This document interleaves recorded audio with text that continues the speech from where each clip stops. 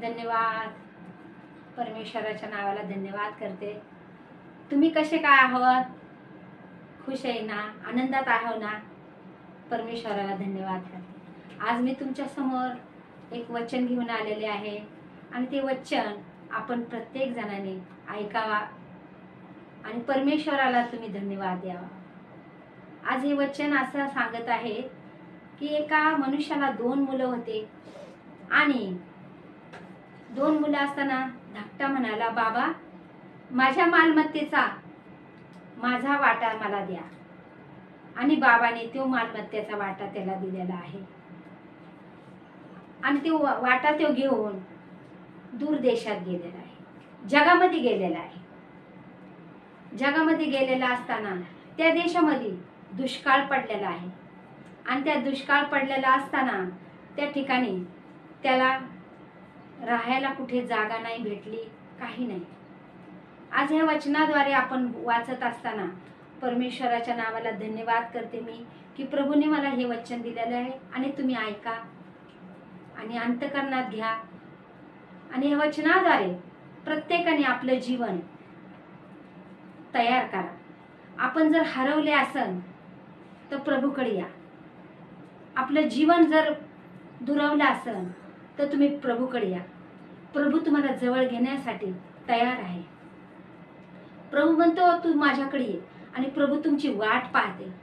जर तुम्ही प्रभूचा हात सोडून बाजूला गेला असता आणि म्हणला असता की प्रभू मला पुन्हा घेणार आहे, प्रभू तुम्हाला पुन्हा जवळ घेईन, तो तुमच्या गळ्यात गळा घालीन, ते तुम्हाला मिठी मारन आणि तो तुम्हाला पप्पी घेईन. असा प्रभू दयाळू आणि कृपाळू आणि परमेश्वर प्रीती करणारा परमेश्वर आहे. म्हणून त्या परमेश्वराकडे आपण वळायचं. आज या ठिकाणी असं सांगितलेलं आहे की त्या मुलांनी काय केलेलं आहे, सर्व काय केलेलं आहे, दुष्काळ पडलेला असताना आपली मालमत्ता त्यांनी काय केलेली, चैनबाजीमध्ये उडवलेली आहे. चैनबाजीमध्ये आपली सर्व मालमत्ता उडवलेली आहे. आणि पहा, जगामध्ये गेलेले आपण जे काही कमवलेलं आहे, आपण जगात जर जातो तर आपण सर्व काय आपण गमून जातो. परंतु देवाजवळ असन तर आपण कमवतो, भरपूर कमवतो. देव अधिक देणारा परमेश्वर आहे. म्हणून परमेश्वराकडे आपण आलं पाहिजे. आज हा मुलाचा दाखला आपण ऐकत आहे की त्यांनी जगामध्ये जाऊन सर्व चैनबाजी केली आणि सर्व उडून गेला. आणि त्याच देशामध्ये बघा दुष्काळ पडलेला आहे. दुष्काळ पडलेला आहे त्या देशामध्ये आपण वचन वाचत आहे. आणि तो एका रहिवाशाजवळ जाऊन राहिला, चिटकून राहिला. त्याने त्याला आपल्या शेतात डुकरे चारण्यास पाठवले. बघा, तो एका जणाजवळ आपल्या आप्ताजवळ गेलेला असताना पहा त्याला काय केलेलं आहे की त्याला शेतात त्याच्या डुकर चारायला पाठवले. बघा, श्रीमंत मनुष्याचा मुलगा आहे आणि तुमचा आणि माझा बाप श्रीमंत आहे. जर तुम्ही आणि मी जर ह्या जगातून दुसऱ्या देशात गेलो असन, या परमेश्वरापासून आपण जर दुरावला असन आणि दुसऱ्या देशात जर गेलो असन तर आपल्यावर अशी वेळ येते, आपल्यावर फार दुःख येतं, हर एक संकट येतात आणि मग आपण फार हरवलेले होतो. आपण हरवून जातो, ह्या देवापासून दुरावल्या जातो आपण परमेश्वरापासून. म्हणून आपण परमेश्वराजवळ आलं पाहिजे, जिवंत देवाकडे आलं पाहिजे. आज ह्या मुलाला काय पाठवलेलं आहे, डुकरं चारायला शेतामध्ये. बघा माझ्या प्रियजनांनो, माझ्या भावांनो, जर तुम्ही हरवले असतान, प्रभूचा हात सोडलेला असन तर तुम्ही परमेश्वराकडे पुन्हा या, हरवू नका. त्याचं जीवन आपल्या जीवनामध्ये घ्या. हा प्रभू तुमची वाट पाहते. या ठिकाणी सांगितलेलं आहे. आणि नंतर तो मुलगा शुद्धीवर आला आणि येऊन म्हणाला, माझ्या बापाच्या कितीतरी मोलकऱ्यांचं भाकरीची रेलचेल आहे. तो मुलगा पहा त्या डुकराच्या शेंगा खावावा असं त्याला वाटलं, भूक लागली आणि तो शेंगा खावा काय, डुकराला घातलेल्या शेंगा खाऊ का काय? आज किती वाईट आहे या गोष्टी, किती वाईट आहे. डुकराला टाकलेल्या शेंगा खायच्या म्हटल्यावर किती वाईट गोष्टी आहेत या. प्रियजना हो, हे वचन तुम्ही अधिक अंतकरणात घ्या आणि प्रभूकडे या. आज डुकराला शेंगा घातलेला तो म्हणतो मी खाऊ का काय, परंतु हा मुलगा शुद्धीवर आलेला आहे. आणि बघा शुद्धीवर येऊन काय म्हणत आहे तुम्ही ऐकाय. आणि तो म्हणत आहे माझ्या शुद्धीवर येऊन तो म्हणाला माझ्या बापाच्या कितीतरी मोलकरांना भाकरीची रेलचेल आहे आणि मी तर इथे भुकेने मरतो आहे. माझ्या बापाच्या घरी कितीतरी मोलकरी आहेत आणि त्यांची इतकी रेलचेल आहे, इतकी रेलचेल आहे, आणि मी तर इथं भुकेने मरत आहे. बघा तुमचा आणि माझा बाप श्रीमंत आहे आणि ह्या मुलाचा बाप सुद्धा श्रीमंत आहे, इतका श्रीमंत आहे. परंतु तो आता काय म्हणत आहे, मी उठून आपल्या बापाकडे जाईल व त्याला म्हणेन बाबा मी स्वर्गाविरुद्ध व तुमच्या विरुद्ध पाप केले आहे. त्या मुलगा शुद्धीवर आला आणि तो म्हणाला बाबा मी माझ्या बापाच्या घरी जाईल आणि म्हणेल बाबा मी स्वर्गाविरुद्ध आणि तुमच्या विरुद्ध मी पाप केले आहे. हा बघा काय म्हणते, मी स्वर्गाविरुद्ध आणि तुमच्या विरुद्ध पाप केले आहे. आज आपण पाप करत असन, आपण पापात असन तर मागं फिरा त्या पापापासून, त्याच्यापासून आपल्याला काही भेटत नाही. आपण वाईट कृत्य करत असन तर करू नका. आज वाईटाने चालत असाल तर त्या गोष्टी करू नका. वाईट सोडून द्या आणि आपल्या प्रभूकडे वळा. या ठिकाणी सांगत आहे आता तुमचा मुलगा म्हणून घ्यायला मी योग्य नाही. आपल्या एका मोलकऱ्याप्रमाणे मला ठेवा. हा मुलगा काय म्हणत आहे की मी तुमचा मुलगा म्हणायला योग्य नाही, मी योग्य नाही आणि तुम्ही मला एका मोलकऱ्याप्रमाणे ठेवा. आज हा मुलगा पश्चाताप करत आहे आणि परमेश्वर पाप आपलं कबूल करत आहे.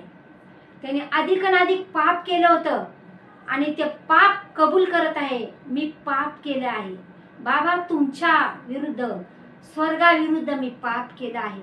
तो आपल्या मुखाने कबूल करत आहे आणि म्हणत आहे की मी तुमच्या योग्य नाही. बघा हा असा म्हणत आहे, तो म्हणत आहे एका मोलकऱ्याप्रमाणे मला ठेवा असं म्हणत आहे. मग तो उठून आपल्या बापाकडे गेला. तो दूर आहे, तो त्याच्या बापाने त्याला बघा त्याच्या बापाने त्याला पाहिले आणि त्याचा कळवळा आला आणि धावत जाऊन त्याच्या गळ्यात गळा घालून त्याने त्याचे मुके घेतले. आपला येशू असा करत आहे. हे बाबा हे शारीरिक बाबा आहे, परंतु आत्मिक आपला बाप. जर आपण आपलं पाप कबूल केलं आणि बापाकडे पुन्हा आलो ना तर आपला येशू ख्रिस्त माझा बाप, तुमचा बाप, तो सुद्धा आहे. आपल्याला गळ्यात गळा घालेल आणि आपल्या मुखा घेईल. बघा या ठिकाणी मुलगा त्याला म्हणाला, आता पहा इथं काय म्हणत आहे मुलगा त्याला म्हणाला बाबा मी स्वर्गाविरुद्ध तुमच्या विरुद्ध पाप केले आहे. आता तुमचा मुलगा म्हणून घेण्यास मी योग्य नाही. मुलगा पुन्हा आणि पुन्हा म्हणत आहे. बघा पुन्हा आणि पुन्हा म्हणत आहे की बाबा मी तुमचा मुलगा म्हणण्यास योग्य नाही. मी स्वर्गाविरुद्ध आणि तुमच्या विरुद्ध पाप केलेला आहे असा मुलगा म्हणत आहे. बघा आणि पण बाप बघा, आज आपला शारीरिक बाप हा आहे तर आपला आत्मिक बाप कसा आपला अधिक आनंदित होतोय.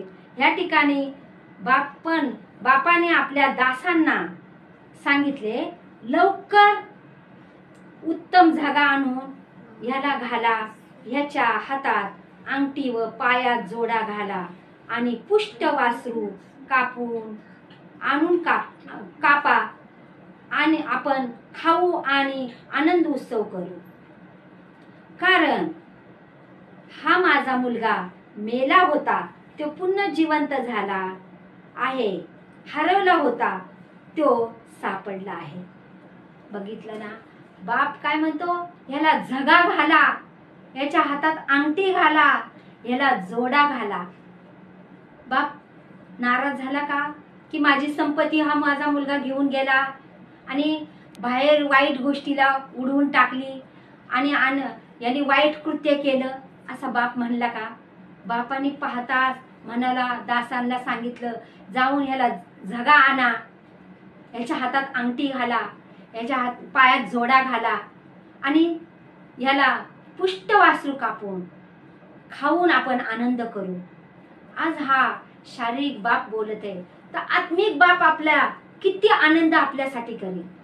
आज आपण हरवले असल तर प्रभूकडे या.